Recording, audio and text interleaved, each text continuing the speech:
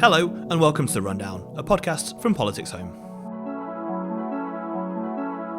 I'm your host, Alan Tolhurst, and with me to discuss what it's really like to be an MP as the current cohort decide whether to stick around in the Commons for another 5 years is Rosa Prince, editor of our sister publication The House Magazine and author of Standing Down, Interviews with Retiring MPs. And we're delighted to say we're joined by Sir Vince Cable, former leader of the Liberal Democrats, who this year published a book on how to be a politician.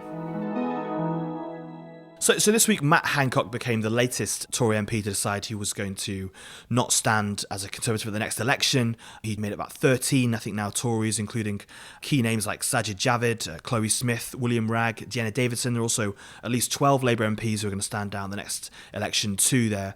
People like Margaret Hodge, Harriet Harman, Margaret Beckett and Ben Bradshaw, so sort of more of the kind of older MPs and a kind of a changing of the guard. Rose, I just wonder what you'd made of that group of MPs on either side and that kind of list of MPs standing down, and if we're going to see a few more. I think we will see more. The Conservatives sort of clearly tried to get a bit of control over the situation because in past election cycles, it's been a bit chaotic with MPs kind of suddenly dropping out. And I think the party wanted to get a grip. So they gave this deadline of December 5th. Now, my view is that not all MPs will stick to that, and maybe some haven't yet made up their minds. So they might well want to, in a month or two or even a year, decide that actually standing again isn't for them. So I think you're right. I think what's really interesting about who's standing down is the broad range, and particularly those younger Conservative MPs who just feel that Parliament isn't for them. I suppose those who are looking for sort of a post-Commons career, those who think actually we're not going to get back into government having been ministers already,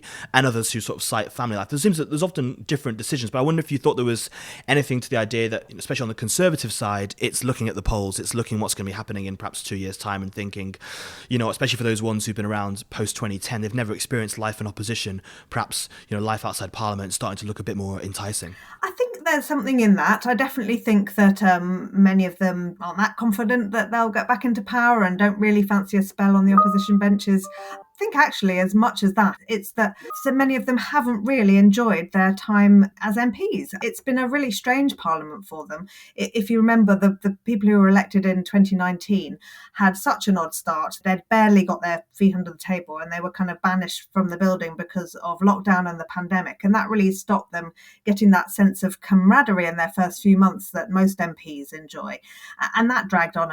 And then it's been a fractious time. I mean, the Conservative Party hasn't been a happy place. We've had multiple pushes against prime ministers, rebellions, revolts, and also this sort of backdrop of bullying and harassment. And generally, I kind of get the impression from MPs I speak to that it's not a happy ship. And I would put that as the main reason for why many of them are standing down, rather than necessarily because they feel that the Conservatives won't win the next election.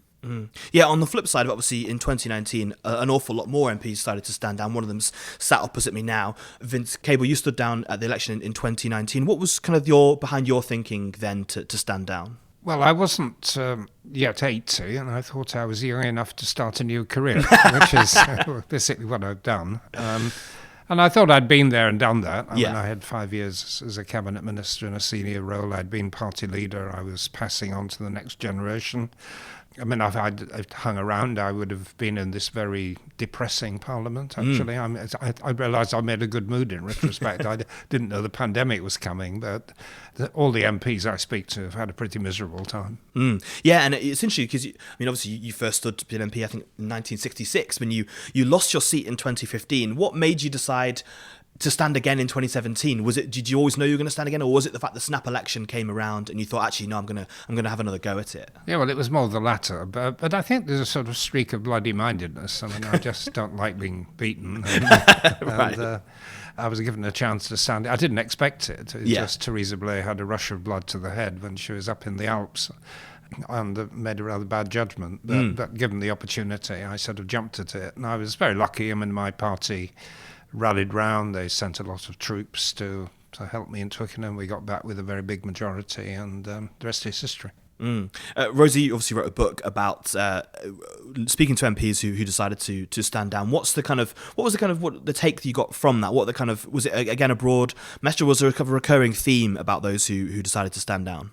Yeah, I mean, I actually wrote two books of interviews with MPs as they prepared to stand down, and there is definitely a contrast with today because it really was. I mean, it was slightly self-selecting because obviously perhaps there were some who were a bit more negative about their reasons for standing down who didn't want to talk to me, but the ones I spoke to were largely those who had kind of come to the end of their careers in terms of feeling like they either were a bit older and they wanted to retire, or that they wanted that one last job, that they felt that it was time for them to get out and maybe make a little bit of money before they relaxed. So really not many young people at that point who were going because they just didn't like it and didn't enjoy the experience. It was much more they'd had a good run, they were a bit older, and they were kind of ready to hang up their spurs. On the Tory side, I think it's very likely that the career issue, I mean, if you're somebody like Sajid Javid, who's done some of the big jobs in government, and you stayed behind, assuming you'd won, the best you could hope for probably is, running a select committee for a few years. Quite fun, but probably not his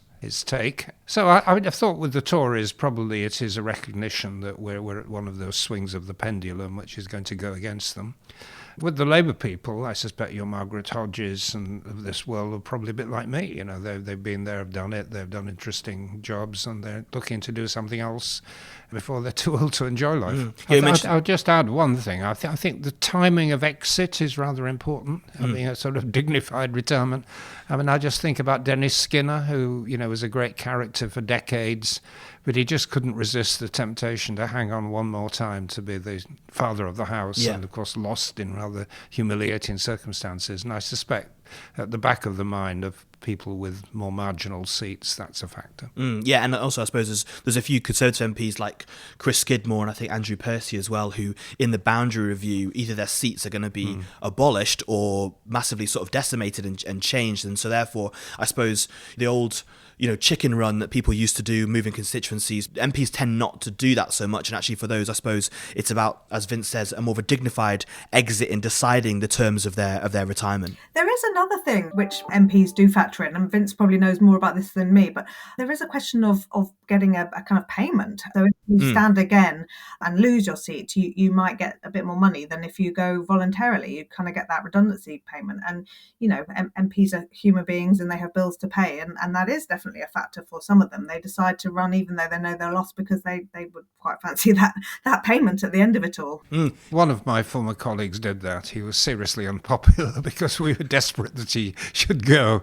But it is part of the motivation. Yeah, and you sometimes see that if someone loses the whip and they don't get it back, they still stand as an independent because they get, I think you get something like a month's pay for every year you've been in the job up until a certain point. So it is not inconsiderable amounts of a sort of parachute payment as opposed to sort of just quietly letting someone else stand for that kind of seat. I just wondered though about some of it. Sajid Javid, one of the ones we talked about, he obviously had a successful career before he entered the Commons, and he's only 52, probably thinks he's got quite a large earning potential. But I suppose for some of those MPs who've only been MP for maybe 1 or 2 terms, I just wonder what you both thought of what actually the earning potential is of someone like that. Is there much of a market for ex-MPs, out there? Well, I think not. I mean, there is this old saying, there's nothing quite as ex as an ex-MP. Right.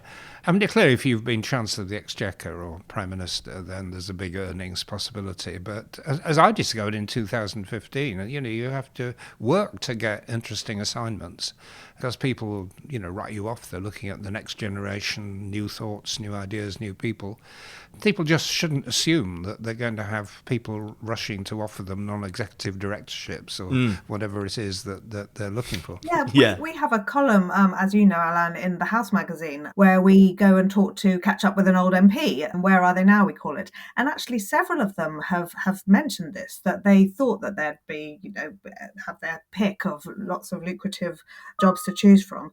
And the opposite turned out to be true. They've actually struggled. Some of them have found it quite distressing. There was one former MP who had served on a committee and felt really passionately about a particular area and applied for a job at the charity that was most associated with that, and was really surprised and quite upset that she didn't even get an interview. So it's definitely not, I think, a sort of dead cert that they can walk into a job of their choosing. And particularly now, if they've not been in Parliament for very long, or if there's a big outtake, if there's lots of them losing their jobs or standing down at the same time, there's a kind of a glut on the market and they may struggle. I think it's actually worse than that. I mean, I think a survey was done of ex-MPs which tended to show that there was quite a serious incidence of depression and mental illness. And it can be for a variety of factors.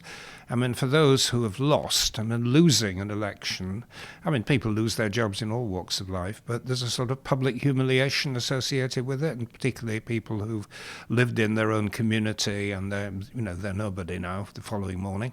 And they may be, their qualifications are obsolete. They may have qualified in some interesting subject at university 30 years ago, but it's no longer relevant. And they find that there is no demand for them. And there's this sense of rejection, underemployment, and it can have medical implication. Yeah, and I think I've definitely noticed it was certain MPs who were cabinet ministers, used to having the sort of the chauffeured car and the red box. And it's not just that, it's having the sort of having your day, people there to help plan your day and schedule everything around you. And then suddenly that all those trappings are just gone in an instant and you're sort of left to your own devices in that sense. And I suppose for some people that can be quite a jarring experience. Yeah, absolutely. I think they do come down with a bump. And I've spoken to former MPs who found it quite traumatic. As you say, they're used to being feted wherever they go. They're used to being special, I suppose. And I think several MPs who I've spoken to have really found that an odd experience to go through. They miss Parliament, and that can manifest itself in different ways. Some of them never want to go there again and sort of stay away and don't go anywhere near London. And others, you kind of see them haunting the corridors. They turn up every day as if they'd never left, as if they were still MPs. And one thing we haven't talked about quite a common new job is actually just staying put and going into the House of Lords. And increasingly, ex-MPs really look to that for their future, I think, as we've seen with the rather controversial honours list that Boris Johnson has just published, where he's named MPs who are still serving, including one who's actually in the cabinet. Yes, well, that's becoming an increasingly less attractive option because, the value of a peerage now is seriously reduced. I use the word corruption carefully, but the idea that you can buy a peerage by making a large party donation, it's cast a shadow over everybody. There's only a small number of them, and there's some very fine people there doing good work. But unfortunately, I think the concept of a lord or lady is now very much diminished. Just rewind slightly to sort of the bit before an MP decides to stand down. You obviously said were last in the Commons in between 2017 and 2019, which again was quite a difficult period with all the sort of Brexit wars. Did you find that period as enjoyable as previous years? And is a sense actually that sometimes actually being an MP is less enjoyable perhaps than it once was, and that's one of the reasons why people decide life outside Parliament might be easier? Well, I didn't find that period in Parliament very satisfying. Mainly because there was only one subject. There were question times for other departments and so on, but there was only one issue on the MP's mind, and it became very boring. People were making the same speech 20 times. Well, I was sat in the press gallery listening to the same ones. Words. People became heroes because they'd got their head around some obscure bit of procedure. I was interested in doing, other things and trying out new ideas. And I managed to get very high up on the private members ballot to do something on assisted dying. And I thought it was really rather an important subject. But of course, it was completely submerged in all the Brexit stuff. Rose, I just wondered, if you were an MP, I suppose, elected in 2017, you'd have had the sort of Brexit wars and then the pandemic. I can't imagine that's entirely what a lot of people grow up thinking life in Parliament is going to be like, especially if you've been, say, a Labour MP, only never known opposition. It's probably not actually been the most enjoyable time. And I suppose the decision is, do you want to stick around until 2024 in the hope that actually you might finally taste life on the other side of the chamber? Yeah, it kind of reminds me a bit of the Commons in 2010, which was when the expenses scandal broke. I was working for the Telegraph at the time and was very involved with that scandal. And after that, a lot of MPs just didn't want to be there anymore. They felt really upset and affronted, and they got a lot of flack from the public. And that was an extremely big moment where where there was quite a large outtake. I've just made up a word there, outtake, as opposed to intake. Yeah, I like that. I'm going to run with it. But yeah, lots of MPs, I think it was well over 100, maybe even 150, announced their resignations, partly in response to the scandal. They say, look, I'm getting so much heat, I'm not going to run again. And others just, as the months that followed that, they just sort of lost their love of it. And you definitely see people around the Commons who kind of feel like they've lost the love of it. They don't enjoy it. They spend quite a lot of time complaining about each other, about their party, about their party managers. So yeah, I think you're right. I think it's not a particularly happy ship at the moment. If you're a Labour MP, it's probably looking a little bit perkier because they're beginning to dream that they actually could do this and to go into government. But on the whole, it's not a place of real accord and bliss. No. I think there's another factor also that's made it quite difficult for a lot of MPs. I mean, factionalism has always been there, of course, but in recent years it has been quite vicious. I mean, the whole Corbyn, non-Corbyn arguments, and the people who were inside the tent and the people who weren't, I mean, it became very personal and very unpleasant. I'm not there at the moment, but I would imagine that between the different groups of Tories, it's equally bad. And that's important, not just because it sometimes spills over into personal relationships, but it affects, promotion opportunities. I mean, you get a job in government not because of who you are or how good you are and what you've done, but because you're aligned with the right faction. And that's very dispiriting, I think, for people who've come into Parliament trying to do something useful. Yeah, I mean, your book about how to be a politician, I think a lot of people who go into politics are quite ideological and quite starry-eyed about wanting to pursue their particular passion projects, and you're quite clear in your book that actually the way to get ahead is actually climbing that greasy pole, and it's perhaps the ideologues ones might actually be squeezed out. I just wondered if you thought that actually a more positive message, I suppose, for people who want to become an MP, or do you think actually it's quite a grubby business in general? Well, I start off in the book with a fairly cynical opening, and I'm talking to a teenager who says, I'm interested in being a politician. I say, really? And I quote at him Billy Connolly's view that anybody who expresses a wish to be a politician should be barred for life from ever becoming one.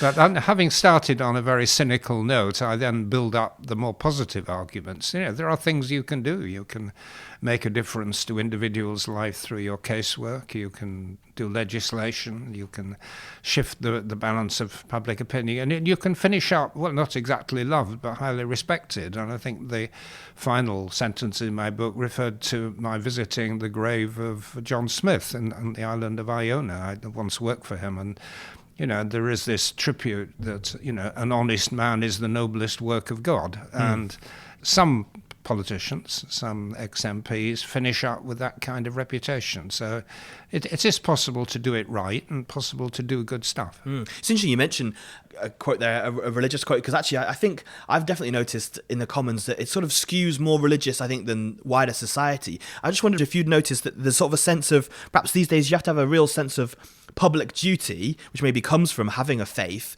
which is more likely to get you involved in politics maybe than someone who doesn't have that kind of faith. I think so. And so there's a surprisingly large turnout for prayers, actually, at 2:30 at question time.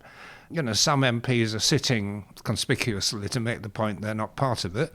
But, there is a fairly high degree of observance. I mean, not everybody is sort of rabidly religious, but I think it adds to the sense of occasion and respect. Yeah. I think you're right. I think there is something of a calling if you want to be an MP. But look, there's no shortage of individuals who do want to do it. For all that you hear about, oh, it's so terrible, and the series of scandals, and they're not paid enough, and all the grumbles, every time a seat comes up, it's hotly contested, not just between parties, but within parties. You get numerous people who stand for marginal seats as hot competition, but also for real no-hopers, because people think if they fight one seat, then hopefully next time around they'll get a safer one.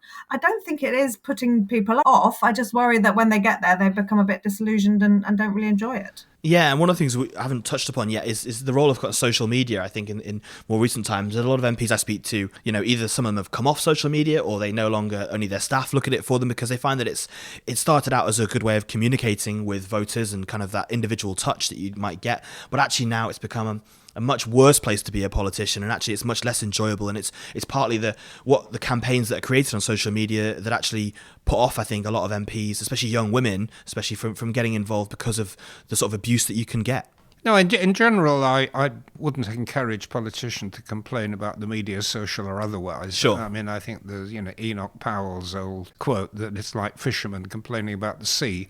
I mean, it's part of the world we live in, and it's part of our work, and we have to learn to master it, even though old codgers like me who've struggled to learn how to use the machines and so on, but you've got to do it. Yeah. And the nasty bit is, of course, that you can be attacked not by somebody heckling at a meeting, but by people trolling you anonymously and often viciously. And it's all very well for people like me to say have a thick skin and just put up with it. But I think some people, particularly, as you say, young women who've been threatened with violence and sexual violence, it's very, very offensive and difficult to deal with.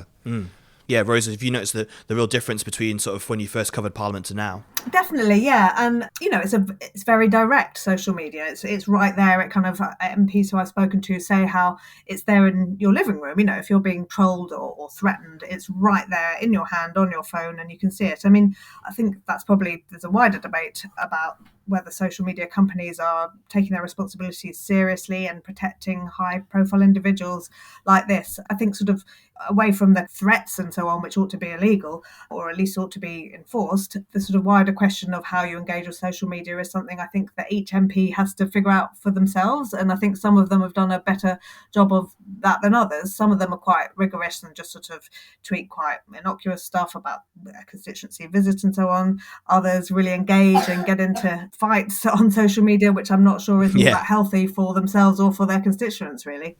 One of the things that you touched on earlier was about the amount of money that MPs get paid. There's often, I spoke to an MP who said, look, with my CV, I could get paid £250,000 a year in the city, so I'm sort of choosing to have my wages reduced to be an MP. I do wonder, obviously there's also talk about clamping down on second jobs. I just wondered, Vince, do you think that there is an argument to be made about increasing MP salaries? Obviously other countries like Singapore pay MPs a lot more.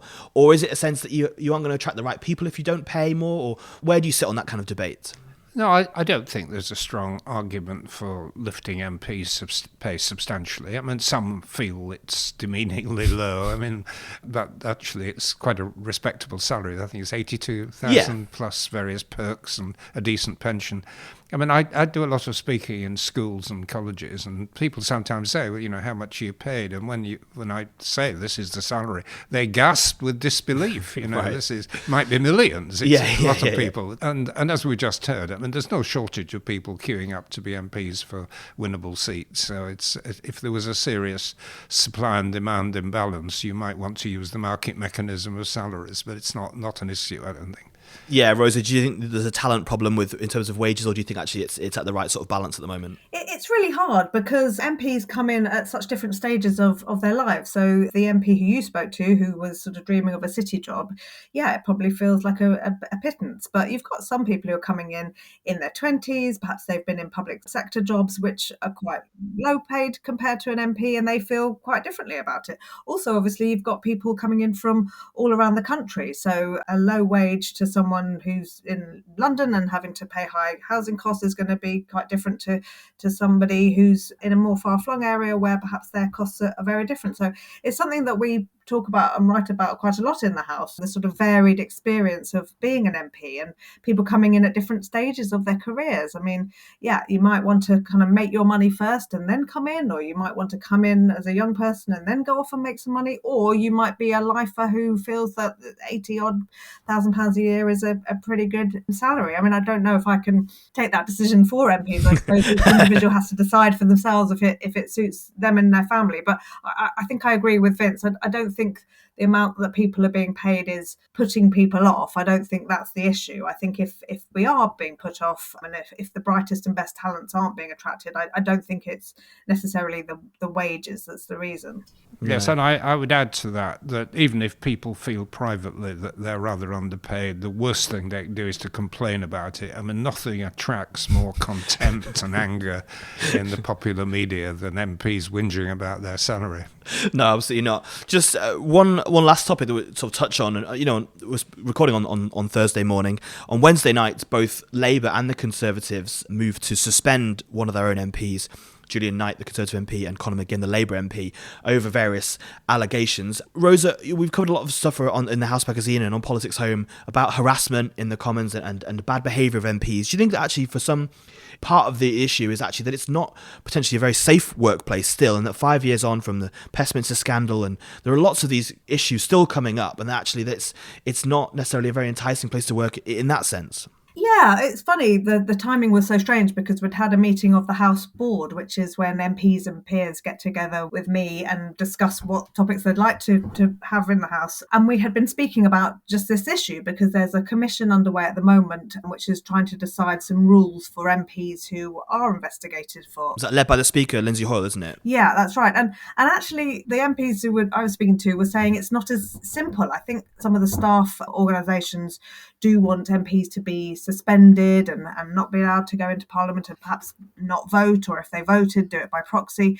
And every suggestion that comes up seems that there's a kind of counter reason why it can't happen. One reason perhaps is that it would identify, for example, the victim if the MP was named and suspended. The idea that they could kind of zoom in to do votes seemed to the MPs I was speaking to really a strange solution, that there'd be a kind of looming head there in the Commons chamber or someone, when we haven't even been able to sort of arrange for that for people who are disabled or sick to take part in votes. So Parliament is a funny place. I always wonder why we can't just deal with these issues as any other big organisation would. I mean, what happens in a university, for example, if someone is accused of bullying or harassment, or what happens even in a government department? There are sort of HR rules that seem to govern other institutions quite well, and I'm never quite clear why Parliament can't deal with matters the same way. Well, I agree with you. It is a mess. It is very difficult. I mean, I was party leader for a couple of years, and I think nothing consumed more emotional energy than